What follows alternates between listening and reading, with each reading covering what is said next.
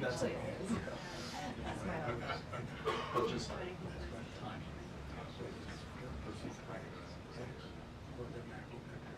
That's a lot.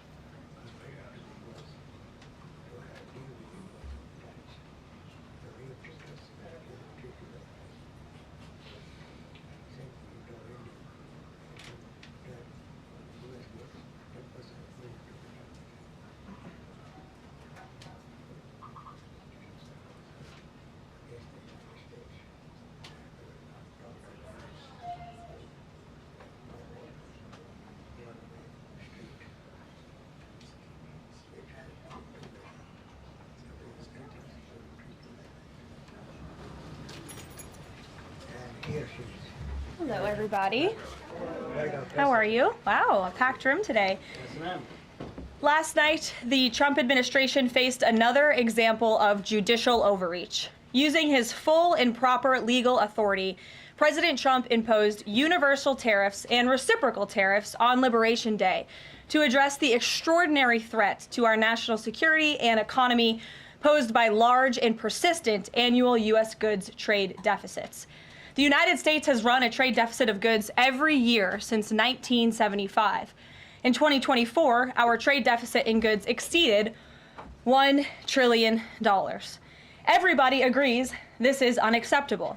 President Trump is delivering on his promise to fix this problem, and he has taken a long overdue and much needed bold stance for American workers after decades of our manufacturing base being hollowed out. The president's rationale for imposing these powerful tariffs was legally sound and grounded in common sense. President Trump correctly believes that America cannot function safely long-term if we are unable to scale advanced domestic manufacturing capacity, have our own secure critical supply chains, and our defense industrial base is dependent on foreign adversaries. 3 judges of the U.S. Court of International Trade disagreed and brazenly abused their judicial power to usurp the authority of President Trump to stop him from carrying out the mandate that the American people gave him. These judges failed to acknowledge that the President of the United States has core foreign affairs powers and authority given to him by Congress to protect the United States economy and national security. Congress had created the National Emergency Act to provide the congressional framework to strike down improper IEEPA use. And any questions over whether President Trump improperly imposed these IEEPA tariffs were already adjudicated in Congress following Liberation Day. Congress firmly rejected an effort led by Senator Rand Paul and Democrats to terminate the president's reciprocal tariffs. The courts should have no role here. There is a troubling and dangerous trend of unelected judges inserting themselves into the presidential decision-making process. America cannot function if President Trump or any other president for that matter, has their sensitive diplomatic or trade negotiations railroaded by activist judges. President Trump is in the process of rebalancing America's trading agreements with the entire world, bringing tens of billions of dollars in tariff revenues to our country, and finally ending the United States of America from being ripped off. These judges are threatening to undermine the credibility of the United States on the world stage.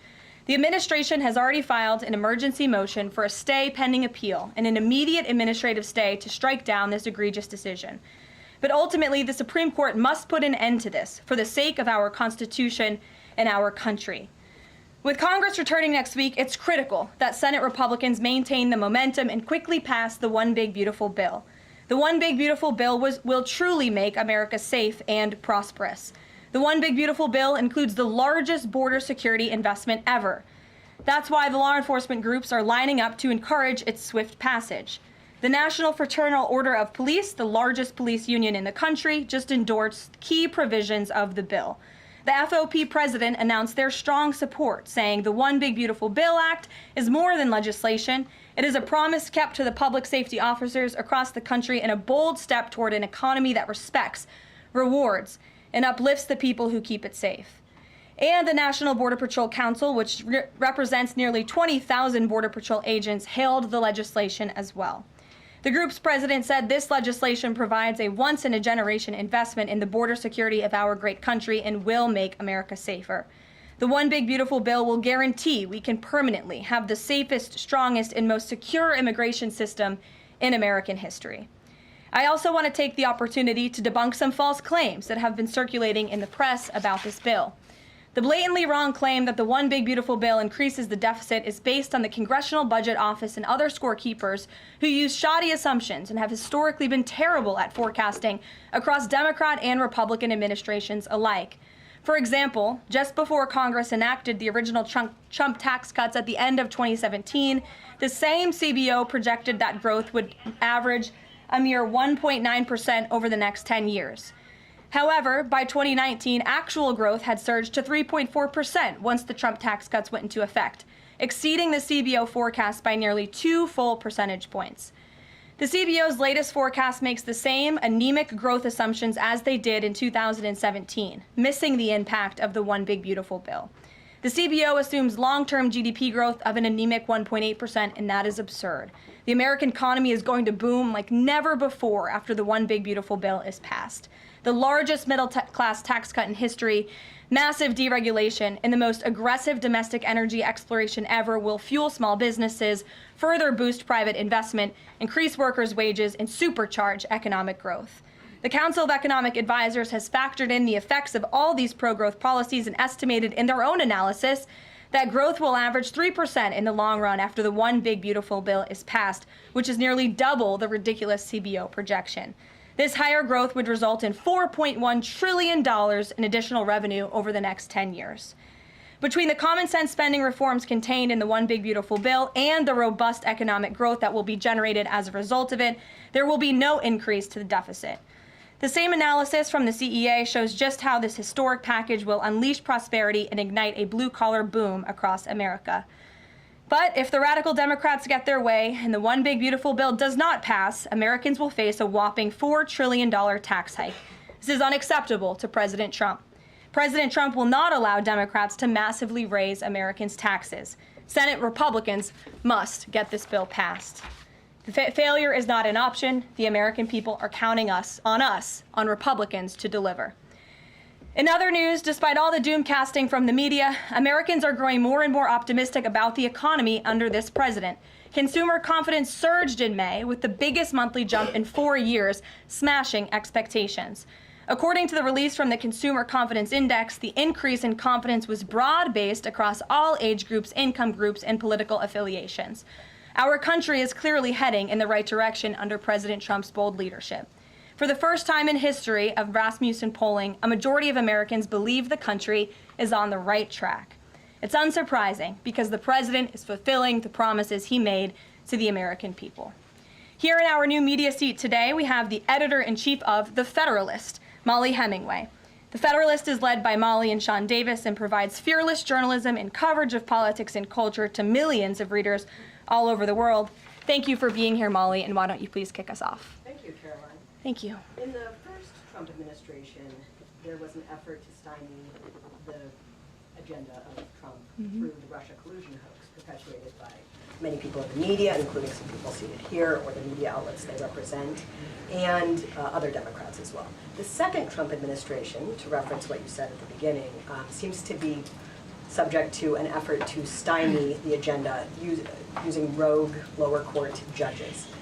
You mentioned that the Supreme Court could and should do something to rein in these lower court judges. Also, Congress could do something about it, but they don't seem terribly interested in it. It also seems there's not much of an actual coordinated effort from this White House to take and tackle this effort from judges, Democrats and other people using these judges to stymie the agenda. Is there an actual effort by this White House to tackle this issue in a comprehensive way, and if so, what is it? There is an effort by this administration to tackle these rogue judges and the injunctions and the blockades that we have faced in our broken judicial system in every case. I mean, we have seen time and time again these lower district court judges ruling against this administration in the president's basic executive authority and powers. And this administration is fighting every single one of those battles in court, including already the block that came down from the tariff court, the IEPA court last night. And as on my way out here to the briefing room, I understand that there was another district court judge right here in Washington, D.C. who ruled against the president's tariff power. And I will get to the heart of your question, and I'm glad that we are addressing this in the room today, because nationwide injunctions ordered against the first Trump administration, Trump 1.0, account for more than half of the injunctions issued in this country since 1963. And President Trump had more injunctions in one full month of office in February than Joe Biden had in 3 years. And let me roll through some of these radical injunctions to paint the picture for the American people at home. These are not just talking points. These are real judges in the court of law who are trying to block the president's power and the policies that he was elected to enact. For example, a court ordered the Trump administration to return already deported terrorist aliens back to the United States. A court has ruled the Trump administration can't even temporarily pause our refugee programs. Courts prohibited the Trump administration from eliminating federal funding for child transgender surgery and mutilation, a practice that the American people overwhelmingly reject. A court also held that the Trump administration could not ban people experiencing gender dysphoria or mental health issues from serving in the military. Ridiculous. Courts prohibited the removal of transgender women from women's prisons, despite potential physical harm to real women in those prisons, biological women. A Northern District of California judge issued an absurd ruling that the president cannot fire people within the executive branch without Congress passing a bill, even though Congress has expressly authorized the president through the Office of Personnel Management to authorize reductions in force across agencies. A court also ordered the Trump administration to rehire thousands of already fired employees in several cases.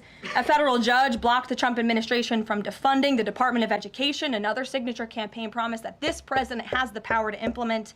Courts ordered the Trump administration could not eliminate funding for illegal DEI programs, hence the word illegal. These are illegal programs to begin with, and now the courts are trying to say this president can't roll them back. And a district court judge prohibited the president from issuing any categorical funding freezes. And then another court ordered on top of that the administration makes $2 billion of payments in 36 hours. These are just a few of the ridiculous orders that we have seen from lower district court judges every day, and we hope that the Supreme Court will weigh in and rein them in. But White House advisor Stephen Miller says it's judicial tyranny. Some people are calling it a judicial coup. You're saying you're responding to each and every one of these actions, efforts by these judges to delay or thwart the implementation of the agenda. But is there going to be anything more than that, or is it just going to let this operation continue, even though it could delay everything for years until the presidency is over? The administration is operating under the directive given to from the president that we need to comply with the court's orders. He's made that very clear, but we're going to fight them in court, and we're going to win on the merits of these cases because we know we are acting within the president's legal and executive authorities. And thanks for being here. Gabe. Thank you, Caroline.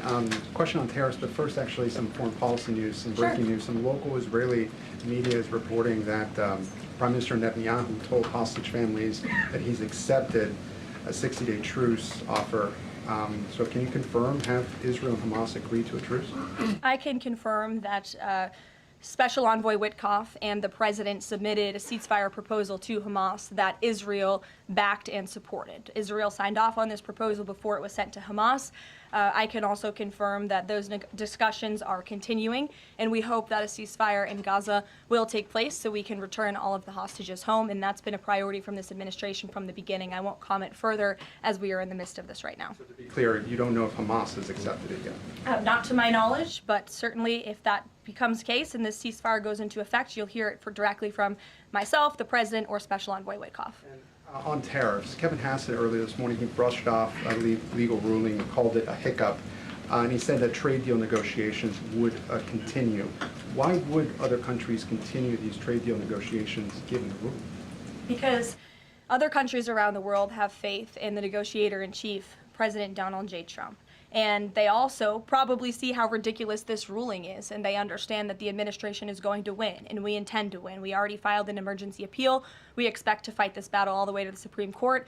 These other countries should also know, and they do know, that the president reserves other tariff authorities, Section 232, for example, to ensure that America's interests are being restored around the world. But I can confirm that our ambassador for trade, Jamison Greer, already heard from countries around the world this morning who said they intend to continue with these negotiations. Peter.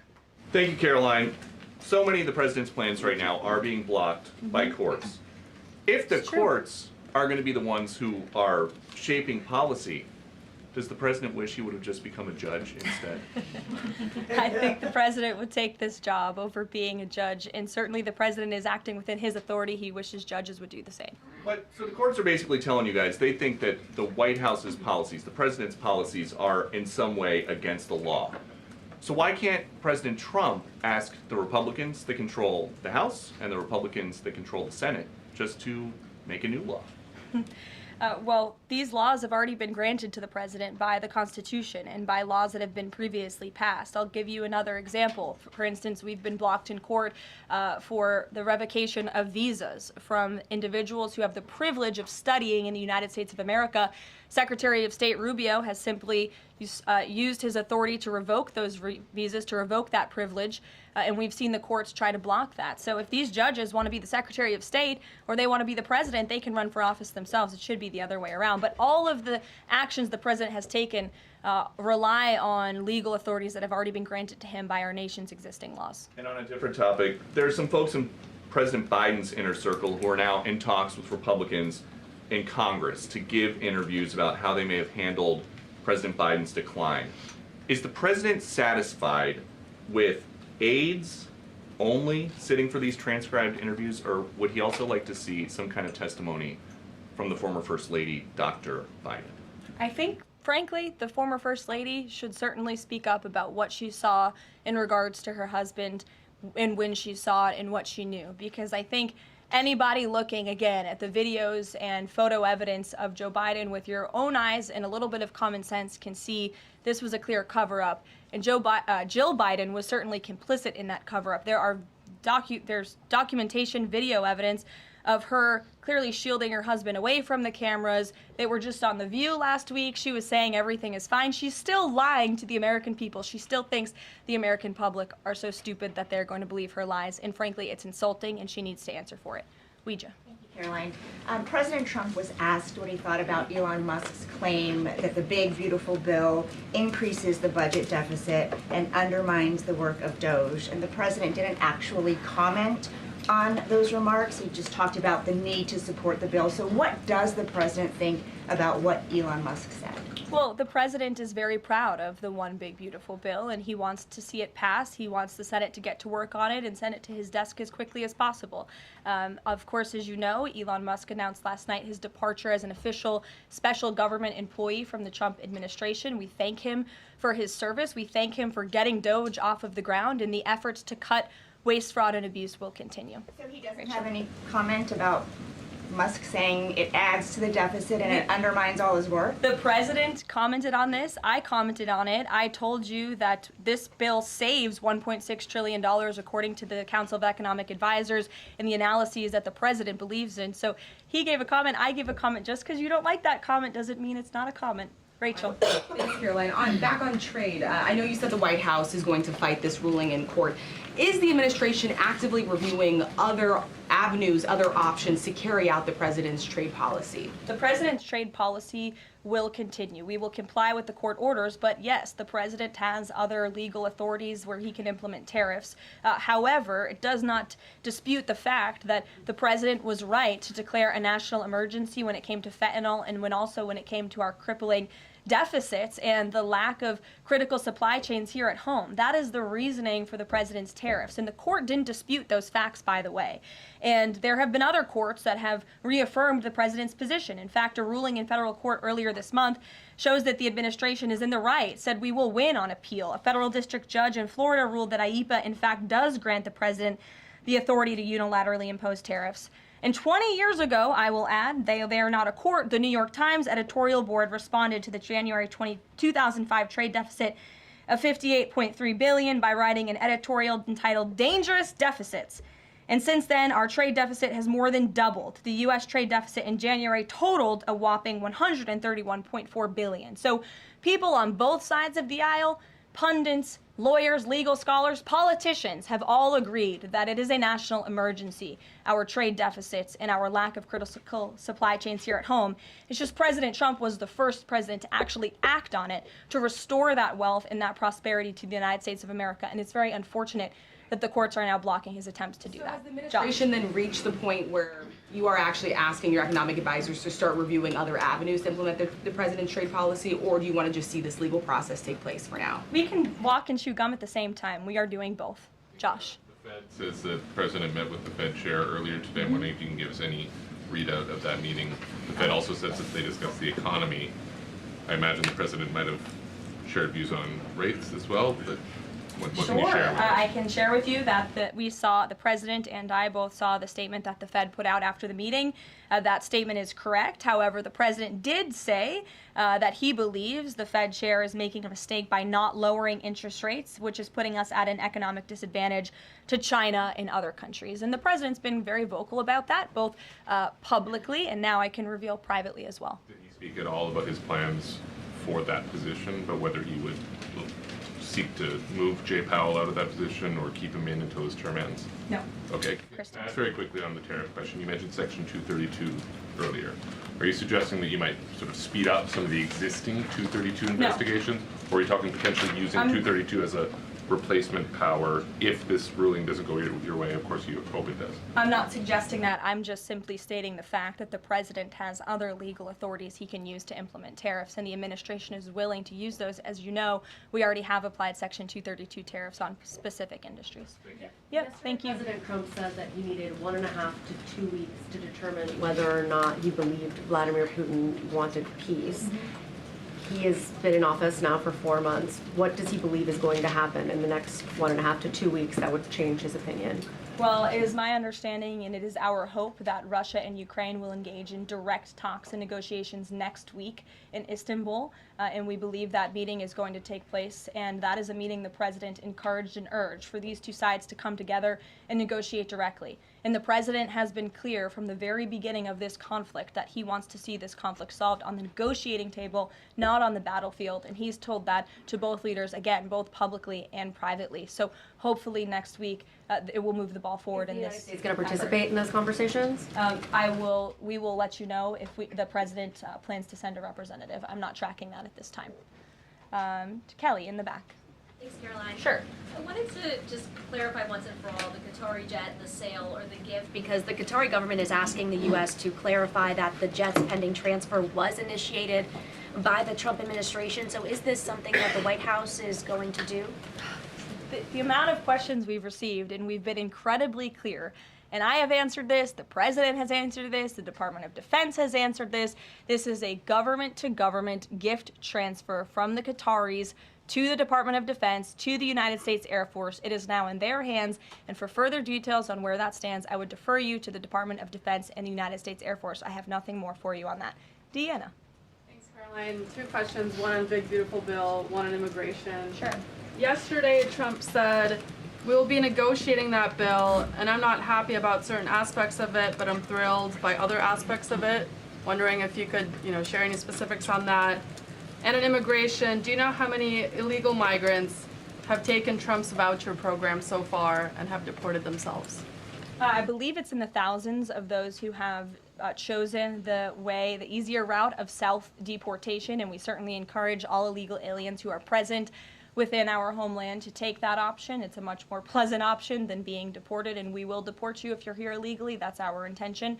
As for the first question, what the president was speaking about is how this is a great bill. However, it has come as a result of a hard negotiation. It's difficult to get things done on Capitol Hill, but thanks to President Trump, this bill is moving in the right direction. And thanks to House Republicans and the leadership over there as well, who did a great job mediating both sides of the caucus to move this bill to the Senate. And now the president, again, has told his friends on the Senate side and is already engaged in those conversations to get that bill back to his desk as soon as possible. Sure. Has this administration been briefed about the incident that happened in Gaza on Tuesday during the rollout of the Gaza Humanitarian Foundation distribution of aid to Palestinians there? And should there be a ceasefire, will this administration continue to rely on this foundation for the distribution of aid to civilians? Are you referring, what incident are you referring to? Tuesday, When the aid was rolled out to Gaza for the first time in many months, and meals and food was given to hungry people, thanks to President Trump. Yes, we were briefed on that plan. The president was the reason that that aid went into Gaza, and he got the Israelis to support that plan. And I would add that the previous administration rejected such a plan to ensure that these starving and devastated people in the Gaza Strip were given humanitarian aid and assistance. And it was the previous administration that tried to build this pier, if you all remember it. It was brought to my attention this morning, and I thought that's a good point. Why don't I bring that up? Because there's been so much criticism. In fact, it was on the front page of a newspaper this morning about the criticism for this president having a humanitarian heart and giving people badly needed food and supplies. Nobody wanted to talk about how the previous administration failed in that endeavor. They built this pier that cost $230 million. It lasted about 20 days, and more than 60 U.S. service members were injured, as a part of this floating aid pier that did nothing for the people of Gaza. The president is opening up his humanitarian heart to get aid into the region while his team simultaneously negotiates a ceasefire and the return of all hostages. We are moving the ball forward in a positive direction for all people. The president wants to see peace for all people. Jasmine. Thanks so much, Caroline. A notice investigation found that the Hallmark Maha Commission report that was released last week cites studies that appear to not exist. We know that because in part we reached out to some of the listed authors who said that they didn't write the studies cited. So I want to ask, does the White House have confidence that the information coming from HHS can be trusted? Yes, we have complete confidence in Secretary Kennedy and his team at HHS. I understand there were some formatting issues with the Maha report that are being addressed, and the report will be updated, but it does not negate the substance of the report, which, as you know, is one of the most transformative health reports that has ever been released by the federal government and is backed on good science that has never been recognized by the federal government. And a quick follow-up, can you talk about what tools or research goes into production of these kinds of reports? For instance, is it AI that's used to put together these reports now? I can't speak to that. I would defer you to the Department of Health and Human Services. What I know is just what I told you. Lindsay. Thank you, Caroline. Many small businesses that we've talked to since the tariffs have been in place have said what would really help them is a long-term plan so that they can catch up. In light of what's happened now, this trade war with the courts, how will that impact this 90-day window? Will you guys be adjusting that? And how can you help relieve some of these small businesses? Well, I would say nobody understands the needs of business owners, and nobody has the backs of our small business community more than President Donald J. Trump. He believes, I've heard him talk about this with small business owners himself, that small businesses are truly the backbone of our American economy. And that's why the president is supporting the One Big Beautiful Bill. So for those you spoke to who are asking for a long-term plan, Big tax cuts are coming their way. No tax on tips, no tax on overtime for their workers, more money in their pockets. Their bottom lines will be larger. They can pay their people more. Wages are going to go up. Inflation will continue to come down. We've already seen energy prices plummeting as a result of this president's economic and energy agenda that he has been implementing across the federal government, reducing burdensome regulation. All of that is good news for small business owners across the country. That's why they strongly support the president, and that's the Trump economic plan that is underway. And again, you're emphasizing, I believe, the need to pass the One Big Beautiful Bill, and the president wants to see that happen. Sure. Will you still work within that 90-day window for these trade negotiations? Does that still stand? Again, as far as we're concerned, our trade agenda is moving forward, and we've already heard from countries around the world today who will continue to negotiate in good faith with the United States so we can cut good trade deals on behalf of the American people, and we fully expect to win this case in court. Sure. On Golden Dome, the president put out this number of $61 billion. How did he arrive at that? Is that the number it will cost to protect Canada, and is it negotiable, or where did it come from? I can certainly ask the president, and I can check in with our research team, and we'll get you the facts on that number. But the Golden Dome is certainly a significant investment in our nation's national security and homeland security to protect Americans, all of you in this room, from future threats. Any readout on, have the Canadians been talking in good faith about paying to be in it? I know they've expressed some interest. Well, the president has certainly expressed to the Canadians how we are essentially subsidizing their national defense. He brought it up in his meeting with their new leader here, and as you know, we'll be traveling to Canada next month for the G7, so I expect that topic of discussion to come up on that trip as well. Sure. Hi, thanks, Caroline. There was a May Day USA rally in Seattle that happened over the weekend that devolved into some protests and riots. The Seattle Mayor Harrell said that it was a far-right rally held here to provoke a reaction by promoting beliefs that are inherently opposed to our city's values, which he defined as LGBT values. I know the FBI is looking into this, but has the president reached out to the mayor at all, asked him to apologize for this, and is this something that the administration would consider an example of anti-Christian bias? I'm not aware of that case. I know the FBI is looking into it, but I'm not aware of any phone calls the president may or may not have made to the mayor of that city. And then on Doge, we know that Elon Musk is leaving. Do you have an updated leadership structure for who is leading the group?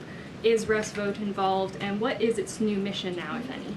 Well, the entire cabinet is involved, and I spoke to the president about it this morning, and the entire cabinet understands the need to cut government waste, fraud, and abuse, and each cabinet secretary at their respective agencies is committed to that. That's why they were working hand in hand with Elon Musk, and they'll continue to work with the respective Doge employees who have onboarded as political appointees at all of these agencies. So surely the mission of Doge will continue, and many Doge employees are now political appointees and employees of our government, and to the best of my knowledge, all of them intend to stay and continue this important work. Is there a Doge leader taking the place of Mr. Musk?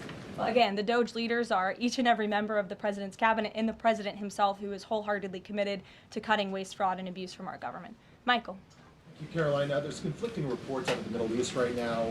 Saudi television network Al Arabia is saying that Israel and Hamas have agreed to a 60-day ceasefire. Sources with Hamas are saying that has not been agreed to. If and when that does happen, will we expect to hear something from President Trump announcing that? As I said earlier, yes, indeed.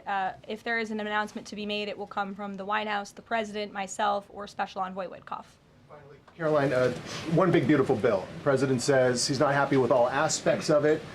What changes would he like to see be made? And can this bill be both big and beautiful? It is a one big beautiful bill, as the name rings true. And the president, as I said, is currently working with his friends in the Senate who have some recommendations for the bill. Those negotiations and discussions are continuing, but the president's ultimate priority is to get this bill back to his desk for signature. And the president's priorities in this bill are non-negotiable in terms of the tax priorities he wants to see and the large tax cuts in the border investments that are currently in this bill. He is not going to allow them to go away for the American people. Sure, go ahead. Yes, I wanted to ask you about, has the president spoken to any of these foreign leaders about these agreements that have been reached, specifically the case of the United Kingdom that already has an agreement in place after this decision of the court in New York? Has the president talked to foreign leaders about what? About the court decision in New York. Which court decision in New York? The trade court. Oh, the trade court decision. He did speak to the leader of Japan this morning, and he said that was a very good call and a good discussion. And as I said, the president's cabinet, Secretary Lutnick, Secretary Bessent, and Ambassador Jameson Greer have all been in touch with their counterparts in countries around the world to let them know the United States will still be at the negotiating table, and we still expect countries around the world to treat us fairly. Again, I will just close by saying that how ridiculous it is that we've been ripped off. Our middle class has been hollowed out. Our manufacturing base has left and gone overseas. Jobs have been offshored. And now no court did anything about that. No court did anything about hundreds of thousands of people being put out of work, about thousands of factories being closed down, about our deficits going to dangerous levels, as the New York Times has said. But now a court is trying to stop a president from trying to correct those wrongs of the past. And this administration will continue to do that. It's a promise the president made to the American people, and it's a promise they elected him on. We will win this battle in court, and the president will implement his America First trade policies. Thank you, everyone. Is the U.S. Steel situation tomorrow at the speech? I can tell you the president greatly looks forward to going to Pittsburgh, Pennsylvania, where he will discuss this historic deal and discuss American jobs and American steel, and we hope to see you all there. Thanks, guys.